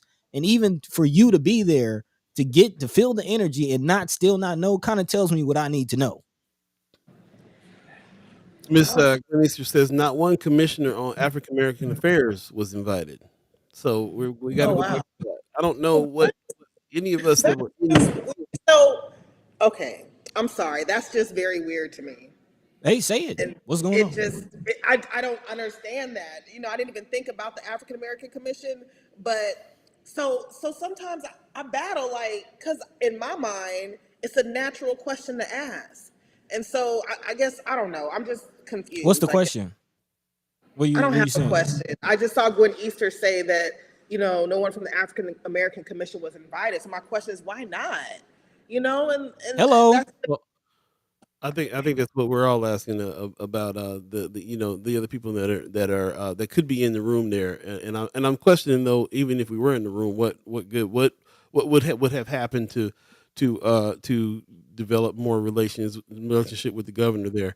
Not really sure. Von Chapman in the chat says until the community starts kicking over tables and chairs, change is not going to happen. So he wants furniture moving around in order for us to get what needs to happen. Whitney Richardson says exactly. He represents everyone, and him not knowing is unacceptable. Tony Johnson 12 says, knowing ain't caring. How does North Omaha benefit him? So why y'all playing this as progress? Who's talking about it being progress? I think that we definitely have I think that the progress lies in the fact that, like what Kimmer is saying, the governor wasn't coming down before this. The previous governor wasn't coming down talking like this. So hopefully, some of the conversations until we get sitting in the room and hearing this, right, come at all exactly. So yeah, there's a lot to it, and I appreciate that you were in the room and that you were taking notes and that you're letting us know like what happened in this closed door meeting in North Omaha, which I think is interesting. It's a closed door meeting. I don't think there's going to ever be a town hall or other people being able to speak up and say things. And the people that were in the room aren't necessarily our representatives except for Juanita Johnson. So we need to have more representation in the room when those things happen. But yes, the question. The question is there progress? Is this progress? We'll see. Von Chapman said, "I bet he won't come back." We'll see. We will see. Kimber, we got some special guests coming in just a few minutes. So I want to give you a few minutes just to kind of wrap up and let us know what we need to be looking for, what's good in the hood. You gave us all the great news, all the good news about your new position, which I think is awesome. We need so much more leadership around here. It's ridiculous. But what else is going on with you? Just trying to get ready for the South Omaha Neighborhood Alliance banquet that is June 1st at the Kroc Center, 5:30 p.m. Any support with that is greatly appreciated. I have been so busy. I thank God for my team at the South Omaha Neighborhood Alliance who's been working hard to put this together. I ain't did nothing but arrange meetings, just being very honest. But you have to delegate. So getting ready for that June 1st and just getting ready for this position. So if anyone has any thoughts around just vision for like thriving neighborhoods in Omaha, let me know, because now we have but we have a chance to really take like what I've been learning all this time just through South Omaha neighborhoods and just kind of elevate it to the whole city. So that's what I'm excited about. But just holler at me. And if you have any thoughts about what I can take back to Preston on how we can be more inclusive in the future in these meetings, or any thoughts about what I can take back to him, period, just let me know and I will do that. Well, I mean, from what I've been hearing, it seems like the thing that y'all had with Cliff Albright was like the most progressive, the most inspiring, the most productive thing. So if we can keep that going and not let that fall by the wayside, then let's keep that going. It has not, and just let you know, we have continued that relationship, and Preston has actually established Black Votes Matter as kind of like a chapter here. So Nebraska is now considered a ultralight state with Black Voters Matter, and so we are in contact with a gentleman named Dean. So that relationship still exists, and so I know they're still working on that plan as well. So I'll bring more information back and find ways for y'all to get involved too. Let's get at this. Main information I really want too is to look at these actual numbers. Has Black Voters Matter and has this connection with Black Votes Matter, has that raised the number of voters? Or do we have more people in the Black community voting? That's kind of we need to actually see some numbers on that. So I'm hoping that these organizations are collecting that data and we can hit them up, and we can always have Preston on too. Gotta have an election first, but yeah. Well, Black Votes Matter has been going on for a minute. Yeah, no, I'm talking about what the Preston's efforts mostly that have to do with what's going on here. So you're absolutely right. Numbers matter. So much so. Thank you so much. Like I said, appreciate you. We be joking about you taking them notes, but we're really happy that you be taking them notes. So yeah. Come in handy. Talk about my taking. Very much. Well, you take it easy. Anything coming up this weekend? Your thing is not till. Let me look at that date again. June 1st. Anything coming up this weekend? I know there's something there is, but I can't think of what it is right now. Okay. Well, drop it in the chat if you figure that out. Yeah, we'll talk about it Friday. All right, peace. You have a good one. Thank you. If somebody asks me a question, just message it to me because I wasn't looking at the chat on purpose. Sorry. All right. Bye, y'all. All right. She was looking at it a little bit. She. A little. All right. Have a good one. Peace. All right, ladies and gentlemen, we have some special guests coming up. We didn't let you know about what's getting ready to happen here quite yet, but we got some special guests coming up from a organization that's doing a lot of work, kind of like we are with the media. Hey. Yeah, so we got some guests coming up from United by Culture Media. They'll be here in just a minute because we're going to go to a quick break and get them set up, and we'll come right back. You're listening to First Sky Omaha Radio, First Sky Omaha in the morning. In the morning. Hall B, Buddi3 Da Gawd, Hey. chat chimers, ghost listeners, radio listeners. Stay tuned. We'll be right back, y'all.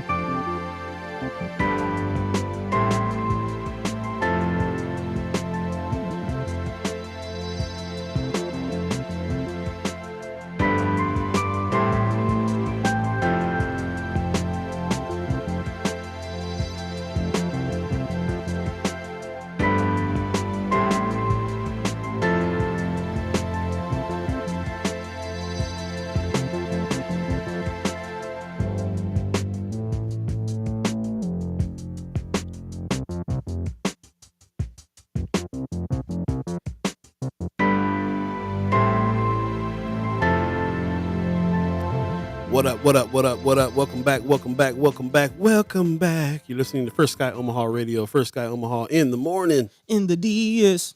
Paul B, Buddi3 Da Gawd, chat chimers, ghost listeners. Brooke says this reminds me of an old school Janet Jackson song. I can see that. I can see that little Jimmy Jam, Terry Lewis. Oh man, see you guys are people after my own heart with that. You know Jimmy Jam and Terry Lewis are my idols. Yeah, man. Going on, man. Appreciate y'all. Welcome back. We have some special guests coming in the house right now. And this is a special treat, y'all. It's time for us to meet some new folks that are in the game too, that are doing the thing in different parts of Nebraska, as a matter of fact. So it's going down. Who's in there talking about Black Zam 09? Sing it, buddy. That's what's up. Appreciate you. Ladies and gentlemen, without further ado, we got my man Chris and his wife Gladys, and they are from United by Culture Media. Oh, you guys are both on one camera. That's what's up. I appreciate it. Hey. We tried to make it easy. Try to make it easy as possible. Wait, buddy. You know there's some media folks because look at them mics. Listen to the sound. Look at the background, looking clean. But, we trying. I mean, we on the shows, national stage. We got to make sure we show it up, show out. That's what it's all about. That excellence. Man, thank you guys so much for coming on. I really, really appreciate meeting you guys and having that conversation that we had and learning about what you guys are doing. Oh man, please introduce yourselves to our audience, man. I really want our chat chimers to know you guys for real. So please introduce yourselves and let us know what you do. Perfect. Hola, buenos dias. My name is Gladys Godinez. I am the Executive Director of United by Culture Media here out of Lexington, Nebraska. Lexington is about 3.5 hours west of Omaha. Wow. We are in central Nebraska, and we have our small community is out of 10,000. We have 7,000 approximately Latinos and 1,000 Black or African descent. So our community is diverse, and United by Culture Media grew out of celebration to celebrate our community as we are. And my name is Chris Cox. I am the husband, but I am also the co-executive director, and I'm also the media director. So all of the mics and setup and all of that techie behind the scenes stuff, that is me. And my wife doesn't necessarily like to be on camera, but knowing where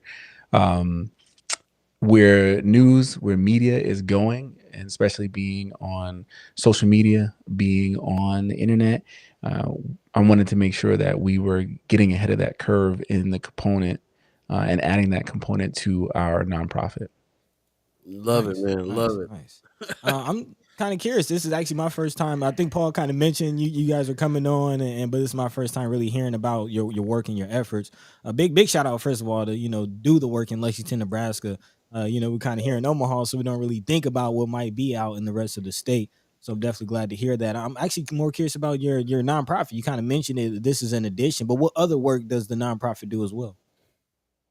Well, we currently do our three pieces that we do within our community. First is we do education. So we go to the elementary school, the middle school, and the high school in regards to multimedia, loving oneself, kindness, etc., just to be able to start boosting our youth. We recognize that our youth are struggling with self-esteem.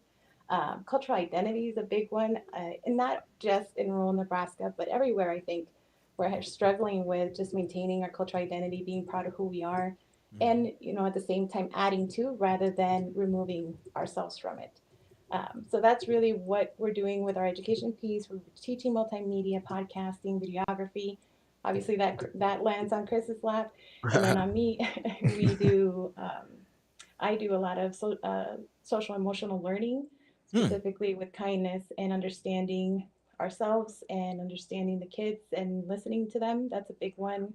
We're not listening to our youth, or at least they feel like they're not being listened to. So we Okay. did education piece, and then the other part is our studio. So Chris hosts the Wild Ones. It's the Working in Love Daily. It's an acronym, and he interviews a lot of individuals that are currently working in love daily. And then I have Courageous Mujer, which is really popular in Omaha. So I'm really proud to be able to host something that the whole state kind of listens to, and it's Yes. due to introducing more Latinas in the space. This was Oh during man. COVID. I had the opportunity to meet a lot, be in a room with a lot of people. Uh-huh. And if I'm going to be honest, my representation, I was able to see a lot of Latinas stepping up and stepping out for our communities. So I was really proud of that. And And then lastly, oh, go ahead. No, you go ahead. You finish it off. You finish it off. You going on a good path. You finish it off. and lastly, we have community building. We do a lot of events. We're trying to be able to introduce Spanish movies to our movie theater. So we bring Spanish language movies. We just recently brought Super Mario's in Spanish to the community, and we were able to showcase that. We filled the movie theater, so that meant there's a need, and we're very happy to be able to meet that need. Beautiful. Really Man. is. Man, I really am impressed with what you guys got going on there, and all the programs and all the things that you're doing. There's so much more I want to ask you about, but I'm gonna jump into the chat real quick. First of all, Pop says, "Welcome to First Sky Fam." It is a really a pleasure to be able to meet some new folks that are doing some of the some similar activity. Man, I got really excited to know that in other parts of Nebraska this was happening, and happening on the levels that you need to have it in your particular area, because that's why we're all doing this. We're trying to serve our particular areas for sure. Right. Brother Sanchez in the chat says, "How did you two meet?" He's looking. He want to get to know y'all. The love story. I do the You'll love take story. Yeah, I because I feel like I tell it all the time. But the main thing is we are both from different coasts. So I'm originally from the East Coast. I was born and raised in New York City. Lived in Harlem, the Bronx, and Manhattan. So I'm a city kid through and through. And my wife Gladys was born in Guatemala and migrated to California, Inglewood. And then from Good. Oh, California, good. yeah. That's what's up.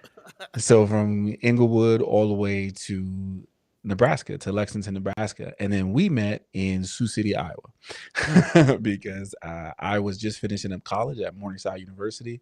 And everybody asked, how did I get out there? I was a football player. So I got recruited to play football, and I was just finishing up school, and I was working a second job, which was working at the Boys and Girls Home, which is different from the Boys and Girls Club. Boys and Girls Home is more of a locked facility, kind of like that last step before incarceration or before YRTC, or before DCYC. So kids would get sent there. And so I started my training. They stair-stepped the training. And so Gladys happened to be training in the first pod a week ahead of me. And then I came in the second week and I saw her walk through the door, and that was pretty much it. That was 17 years ago. Man, Wow. beautiful. I love Beautiful. it. So that's the short condensed version, because I like to talk. So that's the most condensed version that I could get out there and bring that out. I love it. But I yeah. love it. Appreciate that, man, so much. Oh, he says, awesome. Thank you for your work that you're doing. Definitely want to hear more about the work that you guys are doing. I find it interesting that you guys come from different places and you come here, and then you kind of detect a need, see what is needed here. You know, that really speaks to me. That's kind of like how I feel like what I did as well. And we'll see. Yeah, we'll see in a sec. You sound good. She's getting picked up on your mic, but we can hear her fine. So it's all. Yeah, I'm just me and you are tech heads, so I get all, you know. Yeah, no, I agree. I'm the same way. So once I saw that, I'm like, oh, like my inner me is going in turmoil trying to fix it right now. No, you're good. You're good. Coming through loud and clear.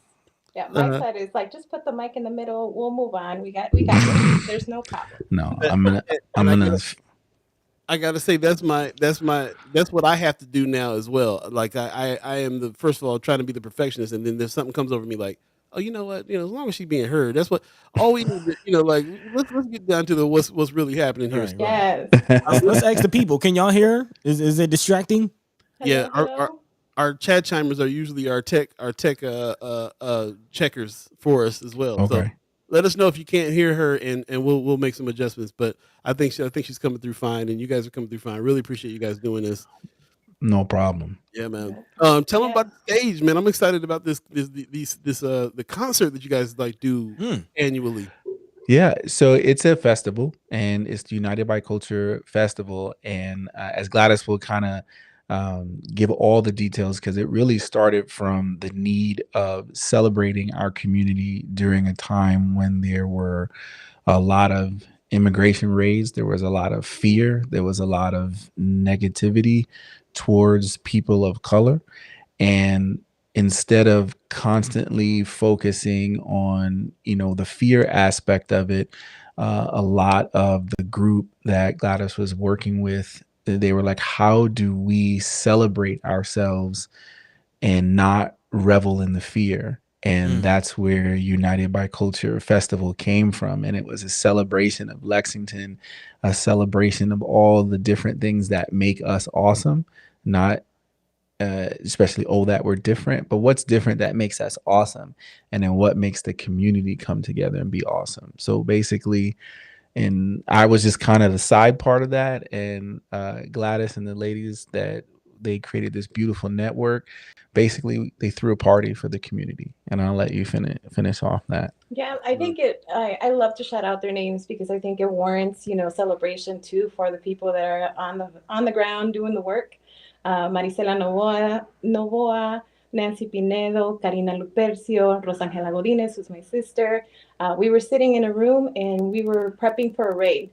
We are a large immigrant community, and 2016 is the year. So you already know the atmosphere at that time, right? The nice, negativity. very active. The Trump atmosphere. Yes. And a raid did happen in 2 years after. So 2018, the raid did happen. We did prep and we did respond. But we were having this conversation, this very hard conversation, and we were definitely living in the fear. And Karina Lupercio was the one that said, let's throw a party, and we did. It's literally how that happened. I said, as long as you all are down to help me, I'm here to make it happen. I'm here to help, and I'm here to support. So we did, and it's been since 2016. Let me do my math. 7 years. This will be our 7th year celebrating our community, and we bring everybody. This year we're really hoping to be able to do a local talent show, so then we can start inspiring. We've already brought statewide. We bring a lot of Lincoln and Omaha acts, but I think this year we really want to focus on uplifting and saying, okay, we showed you what other people are doing. Now it's our turn. Let's go ahead and build ourselves up. It's been awesome. We did one during COVID time too. We did a 3-hour live stream. So what we did is we went to local businesses and we recorded some mini documentaries from about 7 different local businesses, and we pre-recorded some musical acts. We pre-recorded other entertainment, and then we put together our festival via live stream. We had giveaways and prizes, and because we didn't want to miss it. We didn't want people to miss out, even though we couldn't be together. So we still, during COVID, we did the live stream, and I think it turned out awesome, and it kept people engaged. And then this past summer, we had our first live again in-person event since COVID. And man, the community, everybody showed up. We had about 2,500 people come through, families, kids played all day. And I know what we didn't mention is that everything besides food is free. So it's free for the community. So we have bounce houses and rock walls, and I think we had like a bungee wall where kids could like go up and it's like a free drop. Everything is garnered for kids and families to do. And it's free for the community to enjoy it. But the food trucks, you got to pay for the food trucks. You got to support the small businesses. I do not care nothing about paying for some tacos. I will pay for in a week, bro. In the chat real quick, Winnie is asking, how far is Lexington from Omaha? Yes, it's about 3.5 hours west. So you just hop on I-80 and then go straight 3.5 hours, and we're right smack in the middle of Nebraska. Yeah, we're the next biggest town after Kearney. Is that correct? I don't know. I don't know the fact. I think we're the next biggest. I think once you go to Kearney, it'll be a bunch of small towns like Odessa, Overton, Elm Creek, and then you'll get to Lexington, and that's us. And it's 3 hours if you drive fast. Don't drive too fast though. Stay the speed limit. So 2.5 for me then. I got it. There you go. And you were saying you had 2,500 people come to this festival. So what's the, and you told me before, if I remember correctly, there's a very high percentage of people of color in that town, right? So Yes. 70 or 80% Latino, is that? Yeah, Wow. 70% and 10% Black. So we are majority. Yes. We are the majority, and I think that's something we don't hear a lot about our small towns. If you think of Crete, if you think of Columbus, if you think of Schuyler, if you think of Scottsbluff, I think our communities are growing in regards to diversity. And I love that we're able to come to your show and say, hey, Omaha, we're out here. We're trying to. Yeah. Yeah. The leadership being all white, leading a town of 80% Latina, 10% Black is what's standing out to me. You guys are definitely, I'm sure that you guys are working and have efforts in trying to get people in seats out there as well too, right? Yes. One of the main things, which is again why we started and actually why we're using media, is because it's a way to teach confidence to our younger generation. Yeah. Because if we can teach kids to talk into a camera lens or talk into a microphone and be able to comfortably and accurately share their story, then it's going to become a lot easier for us to get them to stand in front of that microphone at that town hall meeting, at that school board meeting, in that classroom, and actually run for school president and not just be a more of a cosmetic thing that they're doing at school. Because a lot of our kids are maybe outwardly confident, but inwardly they're not. And inwardly they're not confident enough to tackle an issue that may involve them. And so this is kind of a sneaky way to teach them how to make videos, or teach them how to do short movies, or teach them how to do a podcast. It's all a very sneaky way to teach them how to tell their story and be confident with their work. And that's our goal. That's how we're doing that with our young generation as well as our young adults. And as being by example, I think people are seeing us out there. And I know I joke and mentioned Gladys doesn't like being on camera, but people see her out here and see her on camera and see her telling and speaking her truth and asking and fighting and requesting change. And I think more people are now jumping behind and saying, hey, I can do that too. Show me how to do that. Mm-hmm. Yeah, representation definitely matters. So much so. I love it when you got on, you speak your language too, not just your truth, but you speak your language. You let people hear that. And that's so powerful to me. Our brother Valentine, who's usually a ghost listener, is chat chiming today. He said former student. He's talking about Rosangela. Is that how I'm saying it? Am I saying her name right? Yeah, that's my sister. Oh, that's your sister. Okay, that's what's up. Small world. So I love it that everybody is like. But what's killing me too is just like we're trying to do the same thing here, man. We're trying to work it around to where we can get young folks to be able to, who have access to their neighborhoods, to be able to report. Be able to use this new technology, media, and so on and so forth to do that. We're connected to individuals and organizations that are going to try to help train them when we bring them together. You say this. You keep on going back to this idea of instilling pride in the youth of your area. What made you see what made you understand that that was what was needed? Because it feels like most of your efforts go to instilling this pride that you talk about a lot. What did you see? How did you see it lacking in the first place? I think for me, it's more of a personal story. You know, I came to Lexington, Nebraska. I came to a space where I was the minority. So we were probably 10, 20 young kids at the beginning of the big migration here in Lexington, Oh Nebraska. wow. And it was a lot of hate there, and it was in your face hate. You know, I was Mm, called the N word. I was called all kinds of things. mm, So I grew up seeing that, feeling that, hearing it.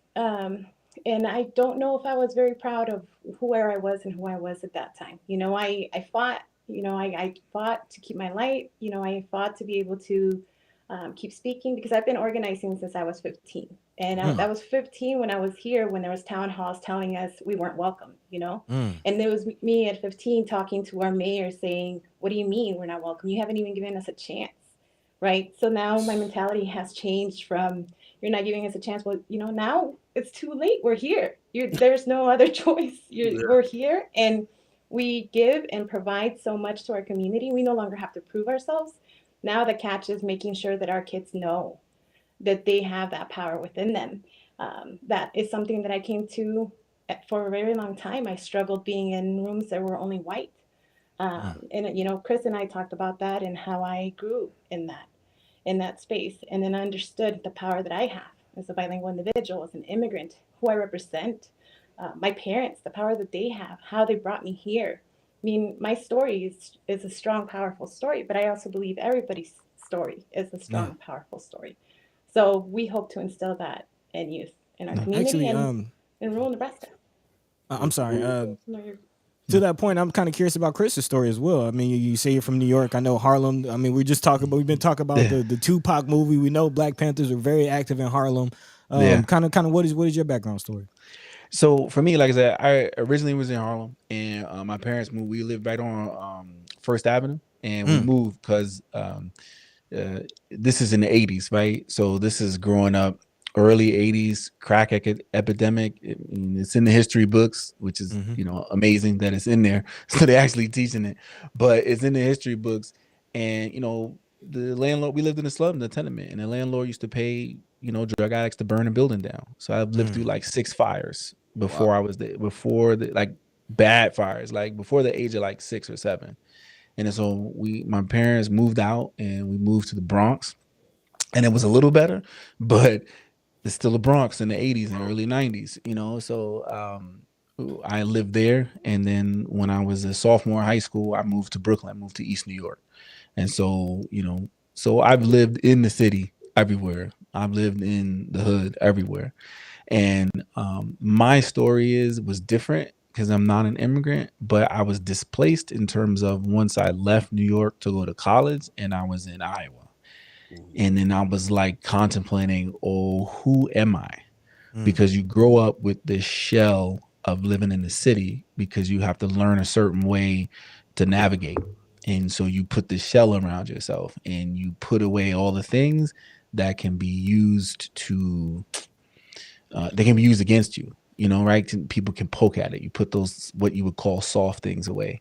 And going to school, and being in Iowa and being in the Midwest, it was very hard on me understanding who I was versus who I am versus who I mm, want to be. mm, And I don't know if I had a lot of confidence in who the person I really was and the person that I was going to be. I had a lot of confidence in the shell I came from New York. But, it took a long time for me to realize that that wasn't me. That was just the projection that I used to keep me safe, to keep me to be able to navigate from point A to point B. And then and it took me a long time. It took me to like my 30s to like figure that out and mm, be able to articulate that, and to be that confidence to get on, you know, uh, a confidence to get on camera, a confidence to get in front of a microphone and really be vulnerable and say who I was and what I wanted to be. And I want to give that to other kids mm, because I don't want to have other kids get to age 35 and be adults and then go, I never told my friends I like Lenny Kravitz, or I never told my friends I liked anime. Like I got friends that don't really know me because I didn't really know me, you know. And it's really, if you don't really know yourself and you're not confident in yourself, you'll kind of let anybody mold you and shape you, Right. and you'll never be able to really, really stand up for what you want because you'll be too afraid that people are gonna see you in a certain way. Yeah. And so that's how I approached it. And it wasn't something that I knew by the time I got to school. Like I was an activist and ready to go, you know, like I was dipping my toes in certain things. And, you know, because it was in Iowa and it was Sioux City in the early 2000s, which was like the 70s in terms of how people thought. So Right. I started, you know, I had people start pushing me and saying, hey, you should do this. Hey, you should speak here. Hey, you should do that. And then even with that, I think I would have been more present if I believed in exactly who I was more then, or like the same way I do now. I think I would have been more present, much more of an activist, pushing for more change then, in 2001, 2002, and so on, during my time in school, through 2005. I would have been more active than kind of having people push me if I was really confident in who I was, or I was confident in my story. Right. But it took this lady here to help me see a lot of that and to get me there. So a lot of credit goes to Gladys. Well, like Mayor Sanchez says, many, many blessings to you both. Really appreciate you guys. We are definitely coming to the end of the show. Remember, Brother Knight, we can all see the chat. So remember, we're going to use the chat as if we're speaking directly to people. Just want to remind you of that. Gwen Easter is asking for your contact. So yeah, please put your contact in. If you send that over the private chat, we can put it in the main chat here, and let people know how to reach you guys. We're definitely gonna have you back and talk more about the things that you guys got going on. Yeah. But we want to go ahead and get people acclimated first, man, and start checking out the podcast and see the work that you guys are doing and all that good stuff. And I love it. I love it that we're on the same page here, and we found some kindred spirits to be able to team up and get some things done. So yeah, I really, really appreciate that. Von Chapman said, "What a genuine couple! Proud of them. Their story is inspirational, man." He said, "Right on, brother. Teaching them from at a young age is key in helping them prepare for the future." So true, so true. Let me go ahead and put this. Yeah, somebody asked in the chat. Again, they were happy to hear about your platform and learn about what you're doing. So, is this website link? Is this where they can catch your podcast and your content? Yeah, that's where they can be able to go. There's links that takes them there.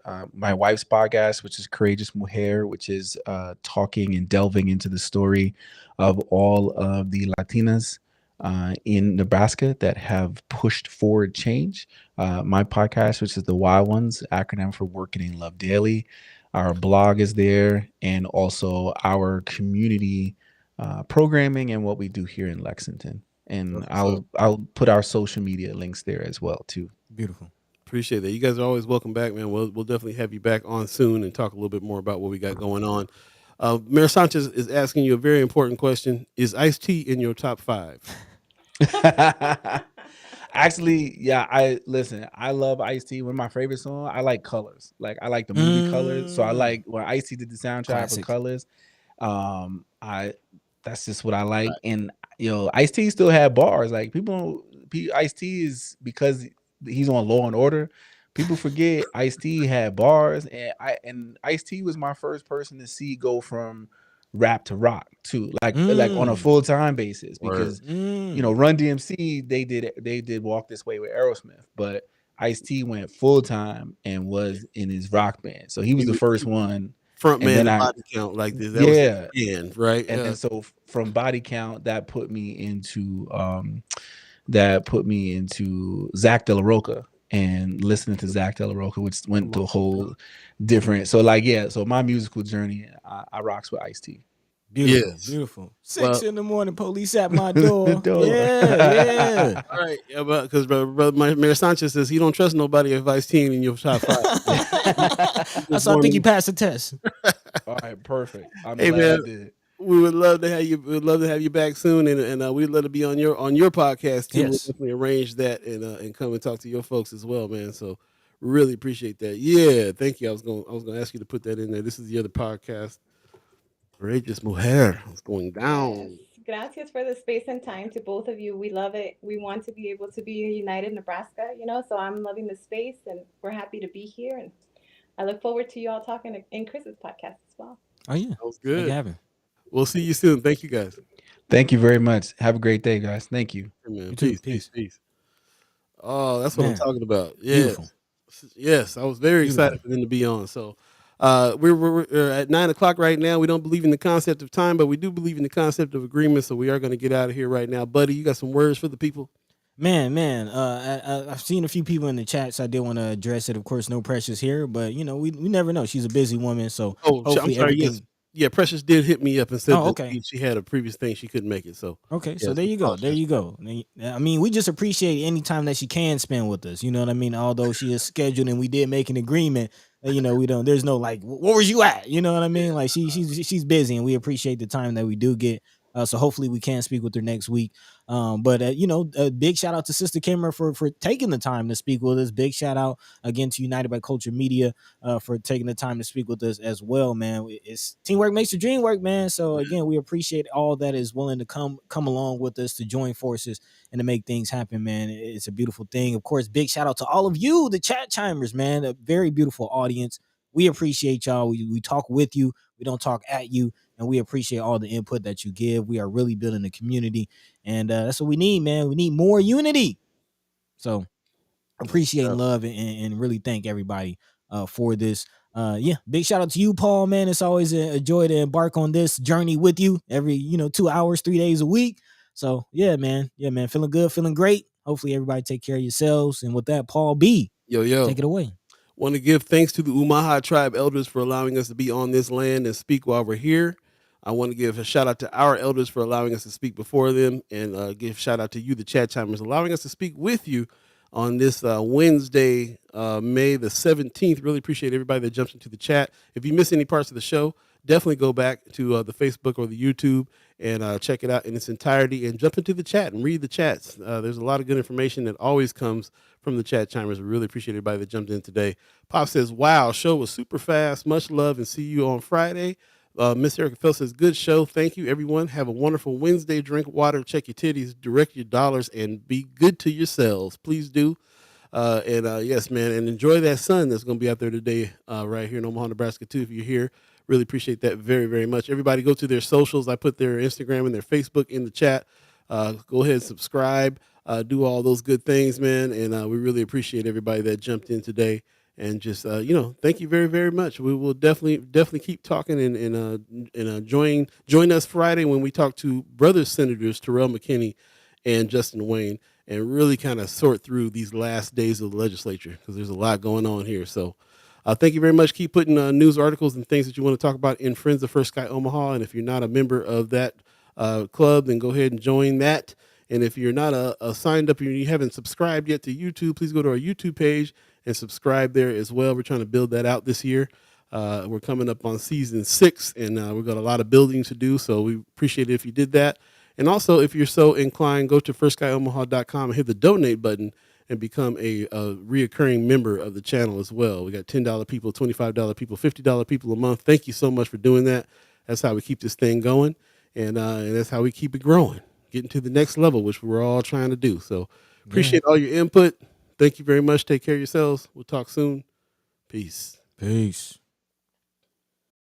By the way, Van Glorious.